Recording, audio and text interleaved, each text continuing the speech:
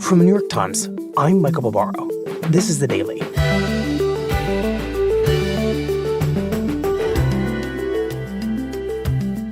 On paper, today's election in Wisconsin is about whether Democrats or Republicans should control the state's highest court. In reality, it's become a referendum on Elon Musk, his agenda in Washington, and his willingness to flood American politics with his money. Today, my colleague Reid Epstein on the local election that everyone is watching.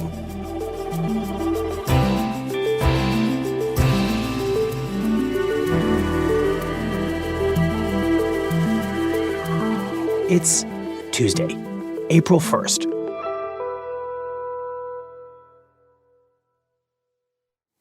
You ready, Reid?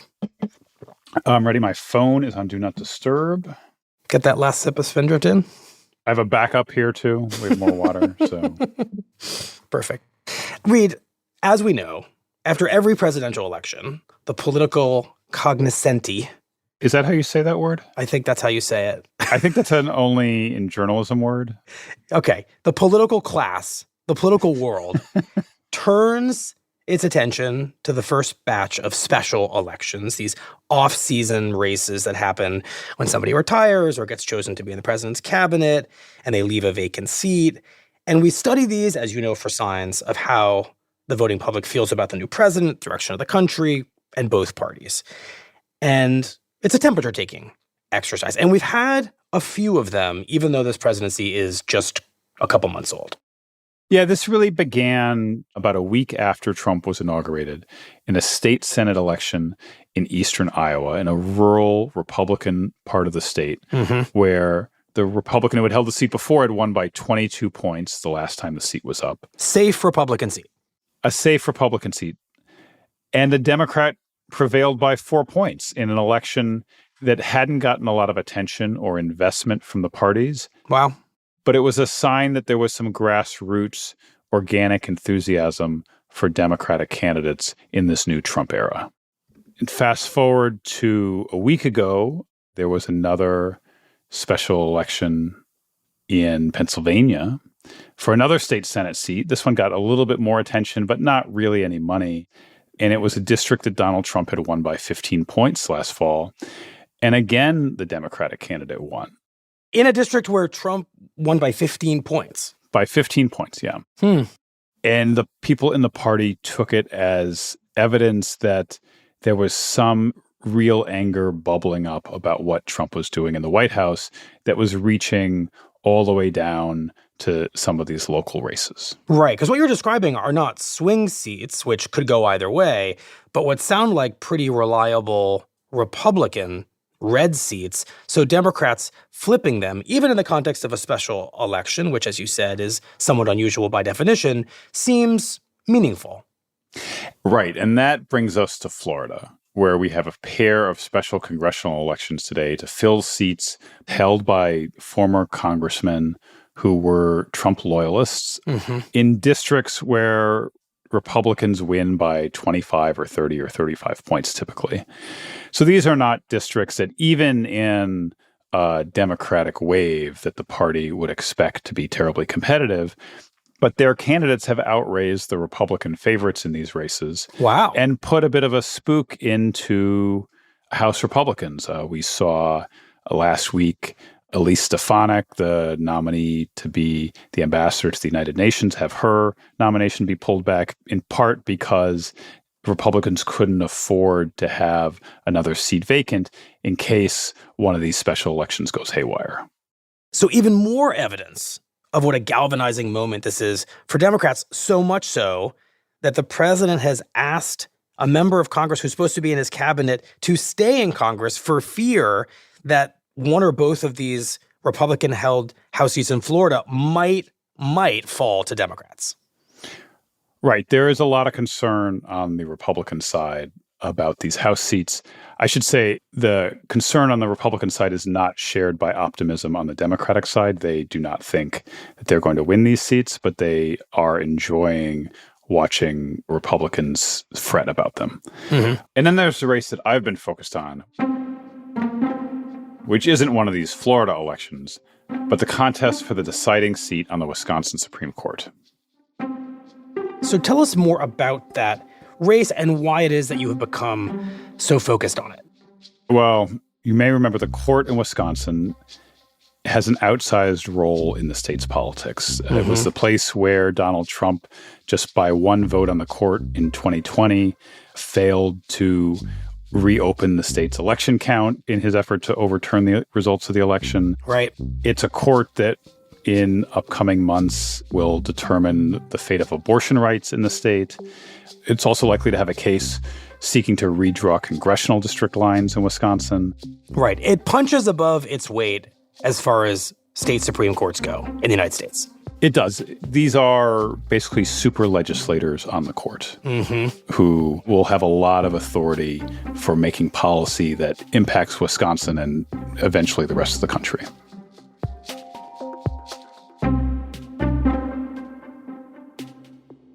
So tell us about the candidates for this race today, for that judgeship.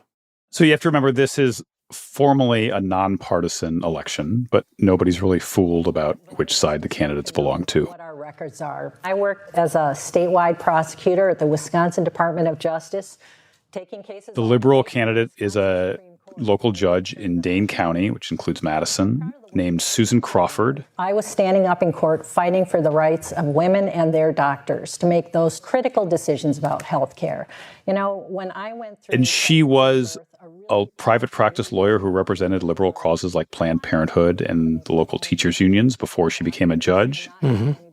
She is about as milquetoast and bland as a political candidate gets in 2025. I'm going to ask you for your vote, and thank you so much for your attention. Judge Schimmel. I've spent 35 years representing the people of Wisconsin during a large... The conservative candidate is a local judge in Waukesha County named Brad Schimmel. I know that Donald Trump has said some things that are bad, and I don't like hearing anyone talk that way about women. He was the Republican Attorney General of the state a couple cycles ago. But Donald Trump will appoint judges who will defend our Constitution and respect our Constitution. Thank you. He has spent much of his career in politics and the judiciary demonstrating his loyalty to Trump and Republicans, and he's hoping that that pays off by energizing Trump's base to come out and vote for him today. Right. Not particularly nonpartisan, this race, it seems. It is the most partisan, nonpartisan race that we've had in quite a while. And Democrats really expected that this race would act like a lot of these races beforehand, where there's a reaction to the party in power and that their voters would be more energized to come out and make a statement against the Trump administration than Republican voters would be in sort of confirming what was happening in Washington. Right, which is exactly what just happened in Iowa and Pennsylvania. Right, in a similar pattern to these other special elections. But then Elon Musk got involved, and we saw something in Wisconsin that we've never seen in any race anywhere else in the country, where a single donor who also happens to be the chief policy director of the White House with his own checkbook basically built an entire campaign for one of the president's allies. And he so far has spent more than $20 million. Wow. And he's also, the largest single donor to the Wisconsin Republican Party, which can then give money directly to Schimmel's campaign. He has given more than 25% of all of the money spent on this race from both sides combined. And that's made this election in Wisconsin the first real test of whether Elon Musk and the millions of dollars he can direct toward an election can snuff out Democratic anger that for a lot of the country is directed at him. Right. Or whether the Democratic enthusiasm to push back against what's happening in Washington can overcome Elon Musk, Donald Trump, and all of the money that Musk is directed toward them.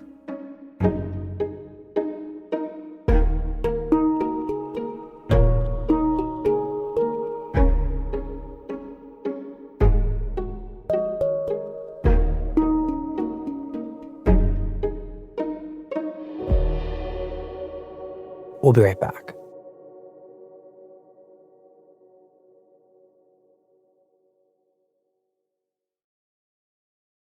So, Reid, why did Elon Musk, the richest man in the world, choose this race of all races to pour his money into right now? Well, Michael, there's a lot of theories. First, it's the biggest, most important race on the calendar until November. So if he's going to get involved in something, it would be this. He has a non-trivial personal financial stake in the outcome. Tesla, the car company that he is the chief executive of, is suing the state of Wisconsin over a state law that forbids Tesla from opening its own car dealerships in the state without going through a franchisee. A lot of states have laws like this. Tesla has sued or maneuvered around them in many states where it operates, but Wisconsin had said no. And in January, Tesla filed a lawsuit. And about a week later, Musk started tweeting about the Supreme Court race. Is the thinking that this lawsuit would eventually go to the Wisconsin Supreme Court? It would, presuming that if Musk lost at the lower courts, he would appeal, and eventually those appeals would get to the Supreme Court, where a justice that he bankrolled would be in position to cast a deciding vote. That is probably not his biggest motivation. Musk has lost hundreds of millions of dollars in his Tesla investments since Trump took over as president. He would be in position to sell more cars than he does now in Wisconsin, but probably not enough to make up a $20 million investment in the Supreme Court race. What's more likely is that Musk is doing this to place himself as the central banker of the MAGA movement, that he is the cash behind candidates that are loyal to Donald Trump. And by doing this, if he wins, he sets a template for all of the future Republican candidates running later this year and in the midterms next year, that if you're loyal to Trump and Musk, that you can expect him to come in and finance a television and ground game operation for your campaign. And so far, what has Musk's money gone toward exactly in Wisconsin for this race? Well, he has spent an unheard of amount of money in the state, even just on a canvassing operation for Brad Schimmel. He has hired people to go door to door to pretty much hit every Trump voter in the state to remind them that if they want to see Trump's agenda enacted in Wisconsin, that they need to vote for Brad Schimmel. And he is paying these people $25 an hour, which is really an unheard of amount in politics. It's more than 3 times the minimum wage in Wisconsin. Right. It is a sum that, frankly, nobody else is able to match on the other side. He is also sending an unending stream of mail to Trump voters, reminding them to vote for Brad Schimmel to help President Trump. And he, with a separate organization, is bankrolling television ads that hammer Susan Crawford as soft on crime. Susan Crawford's record, disturbing and dangerous. And saying that during her time as a judge, A 7-year-old girl sexually assaulted. The attacker faced 100 years. Crawford let him off with only 4. I don't regret that sentence. A 5-year-old that child. she was too lenient in sentencing violent While his criminals. victim lives with the scars forever. She even let the predator live across the street from an elementary school. And again, he's also given money directly to the Republican Party of Wisconsin, which can then turn around and give all of it to Brad Schimmel's campaign.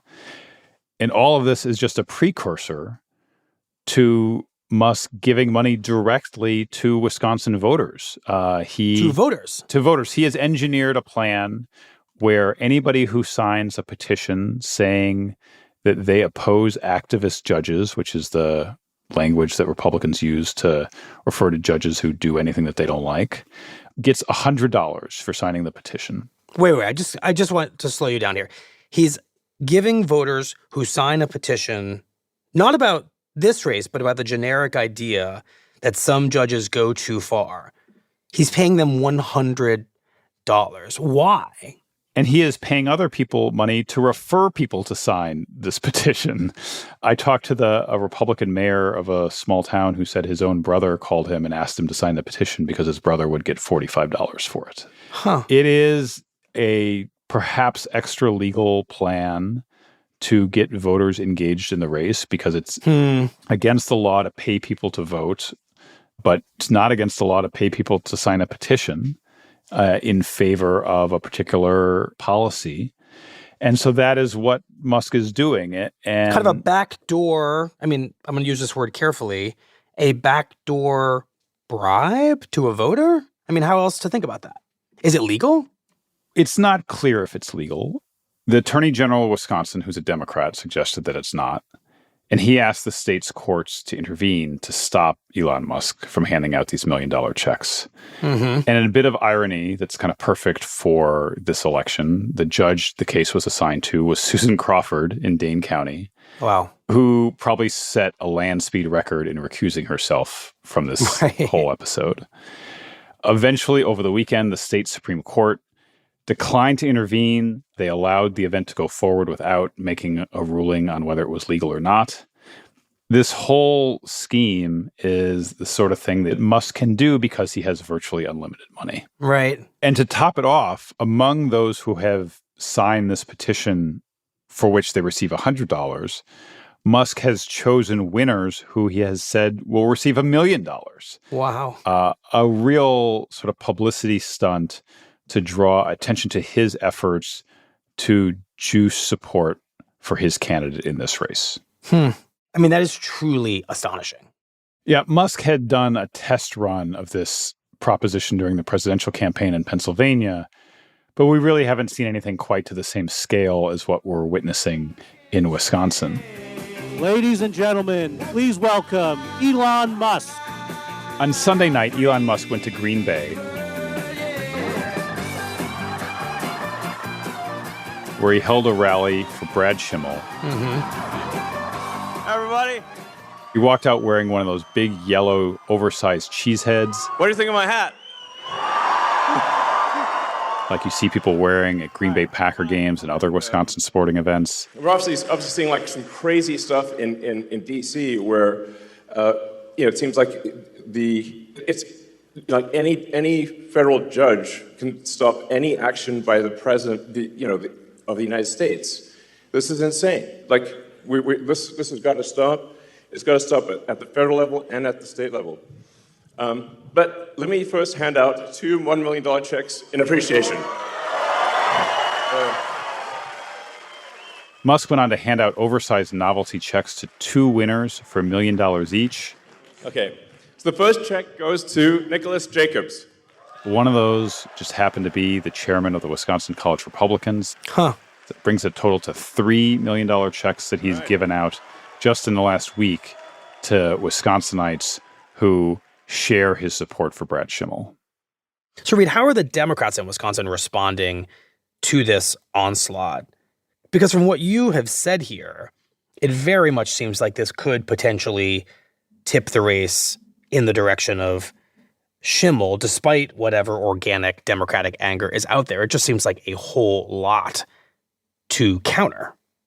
Well, they have pretty much turned their entire campaign into one against Elon Musk. Now Elon Musk is trying to buy Schimmel a seat on the Supreme Court. Because they branded a statewide tour, The People versus Elon Musk. He has now spent over $10 million on my opponent's race. He has basically taken over Brad Schimmel's campaign. Susan Crawford, the candidate, is going around the state telling people that when she was a little girl in Chippewa Falls, she never imagined. I never could have dreamed that I'd be running against the richest man in the world.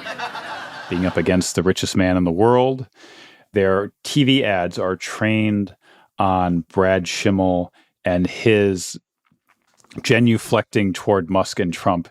There's one ad that's in heavy circulation. Brad Schimmel is corrupt and will do anything to get on the Supreme Court. I have to invest in knee pads. I have to crawl around begging people. Please, please, please. And who did he beg? Where they call him Knee Pad Brad because of a quote that he gave where he said he was on his knees begging donors for money. So how much does it cost to buy off a corrupt politician? Just ask Knee Pad Brad. Please, please. They are working on a theory that is borne out somewhat by polling that Democratic voters hate Elon Musk so much that running against him is even more effective than running against Donald Trump, which is saying something given how much Democratic voters hate Trump these days. And there is a real slice of voters in Wisconsin who voted for Trump who are not a fan of Musk. There's some evidence in the polling that bears that out, that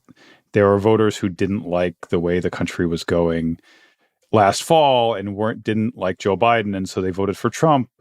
But there's some evidence that they aren't thrilled with Elon Musk tearing the government apart or pouring $20 million into the state. And so the Democratic game plan is to find those people and get them to vote for Judge Crawford, while Republicans have been pretty transparent about their plan. Schimmel has said this, the state Republican Party chairman has said this, that their goal is to get 60% of Trump's voters from November to come out and vote for him in this election. And if they do that, they think they'll win, that'll be enough of the voters to win. They think that no matter how angry Democrats are at Elon Musk, 60% of Trump's voters will be enough to carry the day. Reid, it seems like no matter which candidate wins this race today in Wisconsin, this is going to be a template for the next chapter of American politics, right? It's hard to imagine a world where Elon Musk doesn't apply these kinds of tactics to the midterm elections across the country in House and Senate races to try to preserve Republican majorities and defend Trump and Trumpism. And it's hard to imagine Democrats not trying to make these races about Musk and the oligarchy and the idea that a very small number of people, really Elon Musk, have just outsized power over everything. The government, who is fired in that government, what agencies live or die, and how elections are conducted. I mean, we've seen some of that already. We've seen Bernie Sanders and Alexandria Ocasio-Cortez out on tour, drawing crowds of tens of thousands of people a couple weeks ago. No, we will not accept an oligarchic form of society where a handful of billionaires run the government. I saw them in Las Vegas with a pretty sizable crowd that was energized and really buying into the argument about billionaires controlling the country. I think the Democrats in Washington who have gotten the most traction in opposition to Trump have adopted a message that hits that point, that billionaires are controlling the country for themselves at the expense of people who rely on government programs like Medicare and Medicaid and Social Security.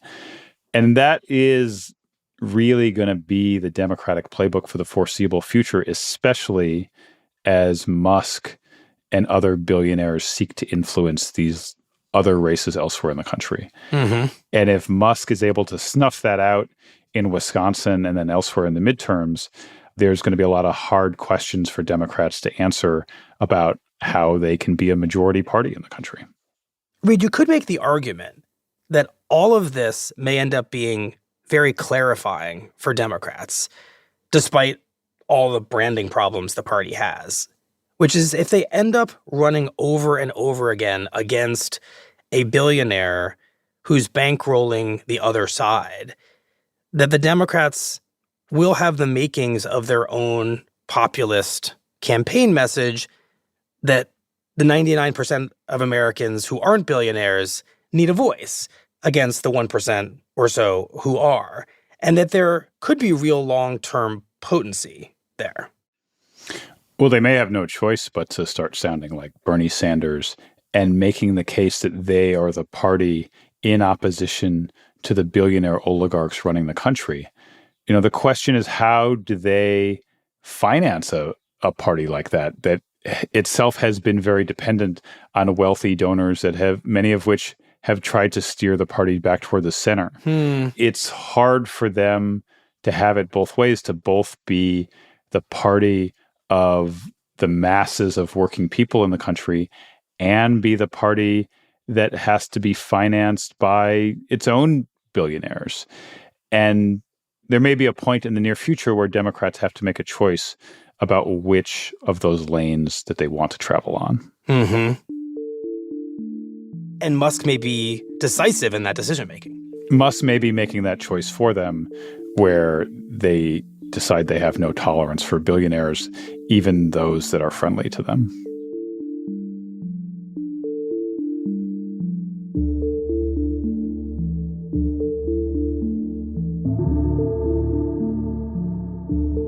Well, Reid, thank you very much. Appreciate it. Thank you, Michael.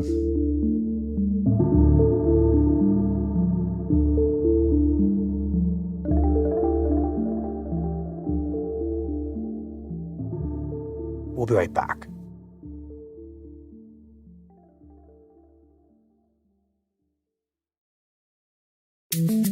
Here's what else you need to know today. The stock market keeps rejecting President Trump's tariffs. On Monday, two of America's most closely watched stock indexes, the S&P 500 and NASDAQ, ended the first quarter of the year with their worst declines in nearly 3 years. Economists say much of the blame lies with Trump's haphazard rollout of tariffs against many major trading partners and the threat of even more tariffs in the days to come. And Marine Le Pen, the current frontrunner to become France's next leader, was found guilty of embezzlement on Monday and barred from running for office for the next 5 years. The verdict effectively blocks Le Pen, an anti-immigrant nationalist politician, from seeking the presidency in 2027, when French President Emmanuel Macron leaves office because of term limits. At the moment, polls show, Le Pen leads her nearest rival by about 10 points. Le Pen has vowed to appeal the ruling.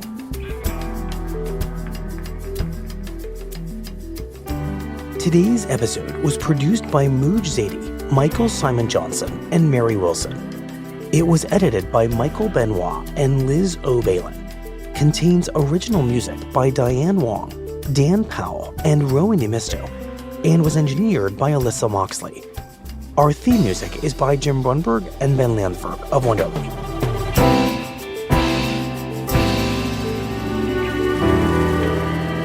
That's it for the Daily. I'm Michael Barbaro. See you tomorrow.